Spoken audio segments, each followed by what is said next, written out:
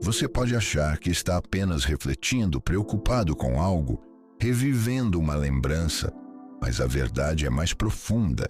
Cada pensamento que passa pela sua mente não é apenas uma ideia solta no ar. Ele é um impulso elétrico, uma reação química, uma decisão inconsciente de moldar o seu corpo. Sim, pensar é agir biologicamente. A cada pensamento, seu cérebro libera neurotransmissores, como dopamina, serotonina, noradrenalina, mensageiros bioquímicos que percorrem o corpo todo, ativando glândulas, afetando o sistema imunológico, alterando a liberação de hormônios como o cortisol. É como se você fosse, em essência, uma farmácia ambulante, mas uma farmácia sem farmacêutico, que muitas vezes opera no piloto automático. O pensamento negativo recorrente, o estresse crônico, a ansiedade não resolvida, não são apenas coisas da mente. Eles inflamam seu corpo, desregulam seu sistema, aumentam a vulnerabilidade à doença. Freud dizia que os sintomas físicos são expressões simbólicas de conflitos psíquicos não resolvidos. Hoje, a ciência confirma, sua mente molda seu corpo. E isso não é metáfora. Imagine o que acontece quando você revive uma experiência traumática. Seu corpo responde como se estivesse vivendo aquele trauma agora. Sua amígdala cerebral se ativa. Seu corpo libera os mesmos hormônios. O coração acelera. A respiração se altera. Você não está apenas lembrando. Você está revivendo biologicamente. É por isso que muitos adoecem sem entender por quê. Porque estão presos num ciclo invisível. Pensar, sentir, adoecer. Mas se o pensamento pode adoecer, será que ele também pode curar? É sobre isso que vamos falar. E talvez, mais do que falar, te convidar a ver o invisível que opera dentro de você. O que você pensa, você se torna. Mas quem está pensando em você agora? É você ou é apenas o passado agindo sob um novo disfarce? Pense com atenção.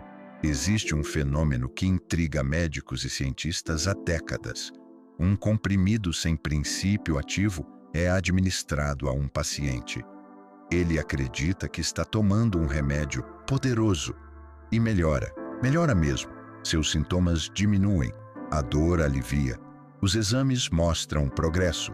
O nome disso é efeito placebo, mas há também o oposto. Um paciente é informado de que algo pode dar errado. Ele acredita que vai piorar e piora. Isso se chama efeito nocebo. Ambos não são efeitos colaterais, são efeitos mentais e revelam uma verdade desconcertante. A mente é um palco onde crenças se tornam carne, expectativas viram sintomas, ideias geram biologia. Um estudo com pacientes com Parkinson, doença associada à baixa produção de dopamina, dividiu 2 grupos. Um tomou o medicamento real, o outro, farinha. Mas ambos acreditavam estar sendo tratados. O resultado? Ambos melhoraram. O grupo que tomou farinha, mesmo sem saber, gerou dopamina, apenas por acreditar. Talvez Freud chamasse isso de poder do inconsciente sobre o corpo. E estaria certo, mas Adler veria ali uma escolha. O paciente optou por acreditar no futuro. O cérebro, afinal, não distingue o real do imaginado com tanta clareza quanto pensamos. Para ele, imagens vívidas, emoções intensas, pensamentos repetidos são suficientes. Quando você se lembra com raiva, seu corpo se prepara para lutar. Quando você visualiza com fé, seu corpo se prepara para vencer. Jung escreveu que a alma muitas vezes fala através do corpo, mas talvez o corpo também fale sobre a qualidade da alma. Não se trata de dizer que tudo é culpa sua, mas sim de reconhecer que a forma como você interpreta a vida tem um peso muito maior do que costumamos admitir. O que você acredita está esculpindo você agora. E talvez, sem perceber, você esteja repetindo uma profecia que só se realiza porque você continua acreditando nela. Durante o século XX, A psicanálise dominou a forma como entendemos a mente humana. Freud foi seu arquiteto. Segundo ele, somos o produto do passado. Carregamos feridas infantis, traumas reprimidos, desejos proibidos. E esses conteúdos moldam nossa personalidade, mesmo que não os vejamos. Para Freud, curar-se era escavar. Era mergulhar no inconsciente, encontrar as raízes do sofrimento e dar nome ao indizível. Mas havia outro homem, Alfred Adler. Enquanto Freud via o ser humano como uma vítima das forças inconscientes, Adler via o sujeito como autor de seu próprio enredo. Freud perguntava: "O que te aconteceu?" Adler devolvia: "O que você fez com o que te aconteceu?" A diferença é sutil, mas radical. Freud propunha que fôssemos arqueólogos da alma. Adler queria que fôssemos arquitetos do futuro. Freud olhava para trás. Adler olhava para frente. Essa divergência ecoa até hoje. Muitos de nós seguimos presos a narrativas que explicam quem somos com base em feridas antigas. Sou assim porque fui abandonado. Sou assim porque me traíram. Sou assim porque me faltou amor. Adler diria: você continua assim porque ainda está escolhendo esse caminho. Não para culpar, mas para empoderar. Nietzsche, talvez sem saber, antecipou Adler quando escreveu: "Torna-te quem tu és." Uma frase simples, mas que contém a essência da transformação. Você não é seu passado. Você é o que escolhe fazer com ele. A verdadeira liberdade começa quando você percebe que sua dor não define você. Sua resposta a ela, sim. Enquanto Freud busca causas, Adler busca propósitos. E o propósito tem uma força que nenhum trauma pode suprimir.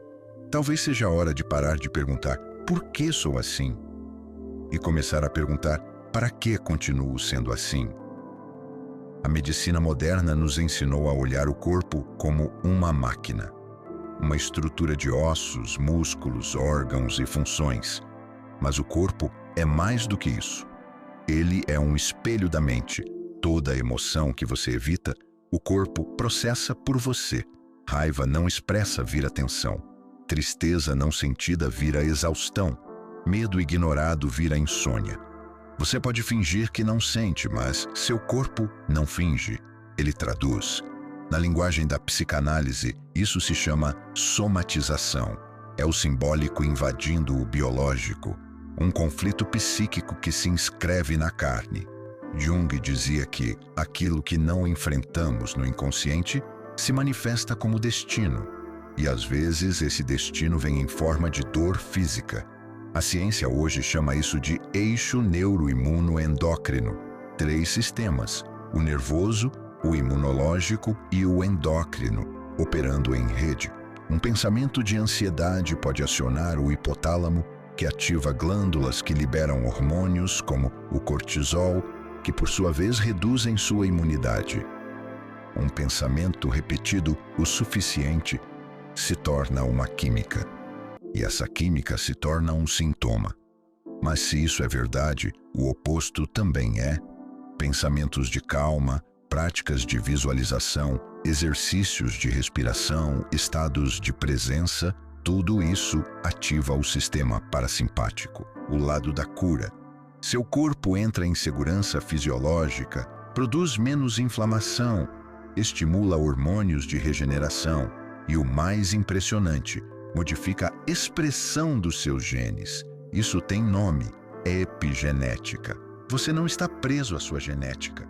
Você está moldando-a a cada segundo com aquilo que pensa, sente e faz.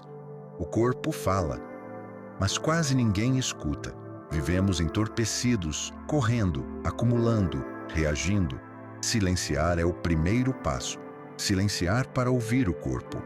Silenciar para distinguir o que é pensamento seu e o que é apenas resíduo do passado ecoando em você.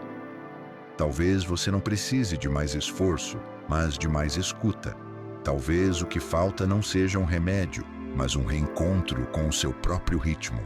A dor é inevitável, mas o sofrimento Esse é uma repetição. A maioria das pessoas não está sofrendo pelo que viveu. Está sofrendo porque revive o que viveu, todos os dias. É como se o cérebro, ao lembrar, reencenasse. A memória não é um arquivo passivo, ela é ativa, química, visceral. Quando você se lembra de um trauma, não está apenas se recordando, está reativando todo o circuito de dor. A amígdala cerebral, o sistema límbico, a liberação de hormônios de estresse, a contração muscular, a sensação de ameaça. Seu corpo acredita que aquilo está acontecendo agora. E, como qualquer repetição, isso se torna hábito. Hábito de sofrer. É um ciclo vicioso. Você pensa, sente, reforça. Pensa, sente, reforça. E cada repetição fortalece as conexões neurais que sustentam aquele padrão, como um disco riscado da própria biografia. Nietzsche escreveu que o homem é um animal que se acostuma. E talvez seja isso. Nos acostumamos com a dor que conhecemos, com o padrão que já sabemos recitar de cor. Há um conforto estranho em repetir o que nos destrói, porque ao menos é familiar. Mas a mente tem um segredo. Ela pode ser ensinada a esquecer. Não a esquecer memórias, mas a esquecer o costume de sofrer por elas. É possível reescrever os caminhos mentais, com intenção, com presença, com práticas diárias de silêncio, visualização, respiração. A neurociência chama isso de neuroplasticidade. A filosofia chama de escolha. A vida que você vive hoje pode ser apenas o eco de uma história antiga, ou o primeiro capítulo de uma nova narrativa. Mas para isso é preciso parar de ruminar. Ruminar, no latim, é mastigar de novo. Quantas vezes você vai mastigar o mesmo episódio? Você não foi feito para digerir o passado. Você foi feito para criar o futuro. A mente humana tem um dom esquecido. Ela pode visitar o futuro. E mais do que isso, pode vivê-lo emocionalmente antes que ele exista. A ciência mostra que quando você visualiza seu futuro desejado com clareza, com sensações vívidas, com intenção emocional, seu cérebro ativa as mesmas áreas que seriam ativadas se aquele futuro já estivesse acontecendo. O corpo responde, os genes respondem, o sistema imunológico responde, mas a verdadeira sobrevivência está em imaginar com amor, com beleza, com esperança. A prática da visualização é uma escolha ética, é uma escolha espiritual. Visualizar não é desejar, é incorporar, é sentir agora o que você deseja ser. E esse sentimento não é fraco, ele altera a bioquímica, muda circuitos neurais, reforça novos caminhos no cérebro. Você pode ser o artista da sua realidade, mas para isso, precisa primeiro aceitar que sua mente não é apenas um reflexo do mundo. Ela é também a tinta com que o mundo será pintado. Existe uma força silenciosa que opera por trás de cada ação humana. Uma força que não se mede em músculos, nem se vê nos olhos, mas que altera o cérebro, molda o comportamento e orienta a vida. Essa força é a intenção. Estudos em neurociência mostram que quando uma ação é conectada a um propósito claro, regiões do cérebro associadas à tomada de decisão, como o córtex pré-frontal, são ativadas com mais intensidade. Isso gera um efeito em cadeia, mais foco, menos impulsividade, mais regulação emocional, mais resiliência. É o que pesquisadores chamam de neuroplasticidade dirigida por propósito. Sua mente, então, não muda apenas com o que você vive, ela muda com o motivo pelo qual você vive. Nietzsche escreveu que quem tem um porquê enfrenta qualquer como. E a ciência confirma. Um estudo da Universidade de Michigan, com mais de 7.000 pessoas acompanhadas por 14 anos, revelou que aqueles com propósito claro de vida viveram, em média, 7 anos a mais. Menos doenças cardiovasculares, menos depressão, mais bem-estar. Quando você sabe por que levanta da cama, seu corpo se organiza em torno dessa direção. e até os genes escutam. Mas qual é o seu porquê? Não o motivo que você repete para os outros, mas aquele que, em silêncio, sustenta seus passos, aquele que permanece quando o mundo se cala. A ausência de propósito é um tipo de ruído, um ruído interno que gera cansaço, procrastinação, autossabotagem. O propósito, ao contrário, silencia, ele organiza, ele orienta e, mais do que tudo, ele protege. Em tempos de excesso, o propósito é um filtro. Em tempos de dúvida, é uma âncora. O que você escolhe fazer e com qual intenção, esculpe sua mente por dentro. No fim, não é a atividade em si que transforma, é o porquê você a faz. Há algo poderoso que acontece quando você para de reagir. Quando você escolhe o silêncio, não como omissão, mas como lucidez, o jogo muda. Não o jogo do mundo, o jogo interno. Pessoas não se alimentam do seu silêncio, se alimentam da sua reação. Reações emocionais são moedas em qualquer relacionamento disfuncional. Elas dão controle, criam tensão, alimentam dramas. Quando você se cala, o outro se perde, porque o roteiro que ele conhece desaparece. Nietzsche dizia que o que me preocupa não é que você mentiu, mas que, de agora em diante, não poderei mais confiar em você. A confiança, aqui, não é apenas sobre o outro. É sobre você confiar na sua capacidade de se preservar. Aquele que se conhece não precisa se explicar. Freud nos ensinou que muitos dos nossos impulsos emergem do desejo de ser aceito, compreendido, valorizado. Mas essa necessidade, quando não reconhecida, se transforma em compulsão por agradar, por justificar, por provar. E o silêncio rompe esse ciclo. O silêncio revela. Ele mostra quem se aproxima por conexão genuína e quem só se aproxima por necessidade de controle. Quando você silencia, você não se esconde, você se fortalece. E mais, você se escuta. Você percebe quantas das suas palavras são apenas defesas automáticas, quantas das suas ações são reações ao olhar do outro. Silenciar é reconquistar o território interno. Adler diria que é ali que começa o verdadeiro sentimento de comunidade, quando você já não está mais preso à expectativa do outro, mas centrado em um propósito maior, mais profundo, mais silencioso. O silêncio maduro não é passividade, é escolha. E quando você escolhe não reagir, você se torna inacessível para o jogo do outro. Isso não é fraqueza, é autonomia. E só quem é autônomo pode escolher com clareza o que vale e o que não vale a sua energia. É apenas um sentimento nobre. É uma prática neurobiológica que transforma o corpo, fortalece a mente e dissolve o ego. A ciência mostra que 15 minutos diários de gratidão aumentam significativamente a produção de IgA, um anticorpo essencial na defesa do organismo. Não se trata de pensamento positivo superficial. Trata-se de fisiologia, mas aqui está o ponto central.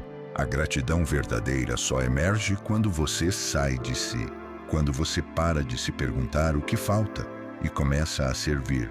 Nietzsche dizia que o ego é a pequena razão que pensa ser o todo. Enquanto o ego estiver no centro, haverá escassez, porque o ego mede, compara, exige. Mas ao servir, algo muda. Você experimenta um tipo de liberdade que não vem de conquistar algo, mas de esquecer de si por alguns instantes. E é nesse esquecimento consciente que nasce a verdadeira apreciação. Ajudar alguém, ouvir alguém, oferecer algo que você tem. Isso ativa os mesmos circuitos neurais da gratidão espontânea. A psicanálise diria que isso é sublimação, canalizar o impulso para algo mais elevado. E a filosofia diria que isso é humildade, a capacidade de reconhecer o lugar do outro na construção da sua própria existência. Quando você serve, não está se anulando, está se alinhando. Você sai da rede padrão do cérebro, aquela que gira em torno do eu, meu, mim, e entra em estados de flow, de presença, de integração. É por isso que trabalhadores manuais, artistas, cuidadores, tantas vezes relatam uma paz que não é ausência de problemas, mas presença de sentido. Gratidão, portanto, não é emoção espontânea.